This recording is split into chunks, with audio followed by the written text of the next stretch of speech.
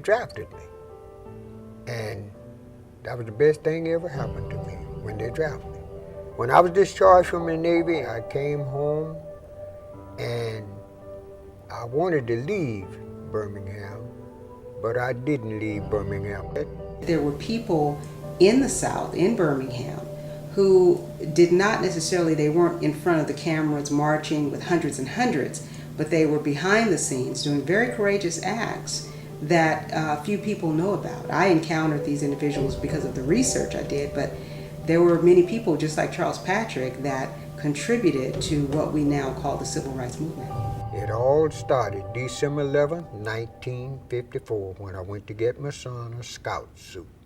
And I pulled up in front of a car that was gonna pull out, waiting for him to come out where I could back in.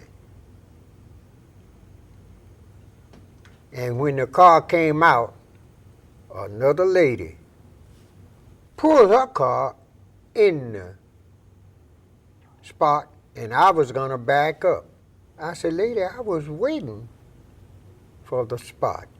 I don't care, I'm getting this spot. My husband is a police officer. And I said, well, if your husband is a police officer, he don't own the streets of Birmingham. But otherwise, you can keep it. And I pulled off.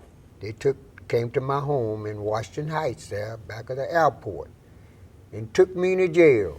That was easy, except when I got to the part where he was physically abused, the first part in the book where I described the beating. 2 officers held me while the big one hit me, put me on the floor, and kicked me under my chin, that scar you see right there, and busted. Most scariest thing in my life. I never had been in jail, never did nobody to go to jail in all my life. Where I worked at American Cast Iron and Pipe Company, they just told me to tell the truth and take death if it would be, because things were gonna change from that. And that's what I was going to do, and that's what I did do. Then they had a lawyer for the officers. He gonna call me and tell me, oh, let's just forgive and forget. Why don't you just tell them, let's forget? You did sassy the woman and all this stuff, and then it'll all be over. They would charge you about $25. We would pay that if you just tell them to forgive and forget. I said, I can't forget nothing. They done there killed me and kicked me all in my stomach and my sides and my ribs and things. You want me to forget that?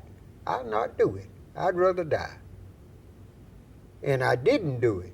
I told them the truth of what happened to me, and I got cleared. They gave me a lie detector test. He's the first Negro ever took a lie detector test on something, and they cleared me of it. Let the record show the man is not guilty. That's what the judge told them. Said this man is not guilty. The media, they had a lot to do with it. That was a paper all for white. We had the Birmingham World, a Negro newspaper, and I think it was another one, but I remember the Birmingham World was a Negro newspaper, but they would censor anything you put in it. The white would censor anything you wanted to put in it. If they said, scratch this out, they would censor it. You couldn't put it in the paper. But we started telling the truth in the paper.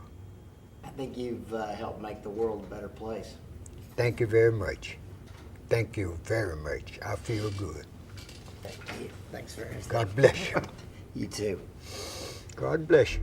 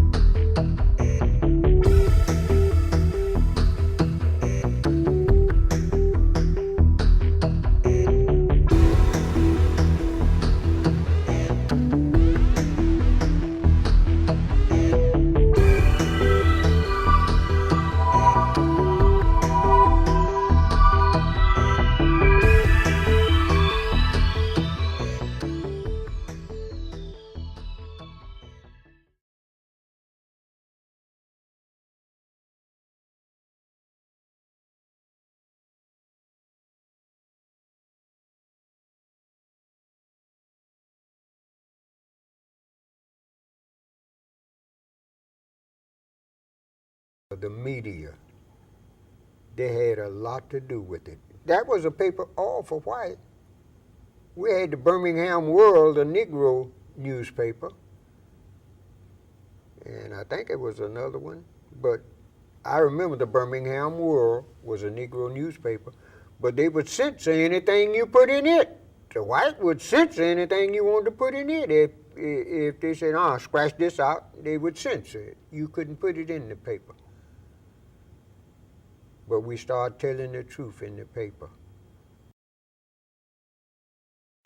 4 men, white men in a car, asked my son that was throwing newspapers, "Is Charles Patrick your daddy?"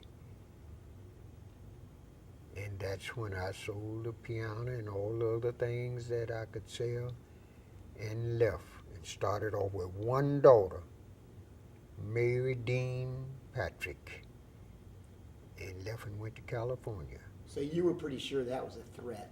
That when they was a threat.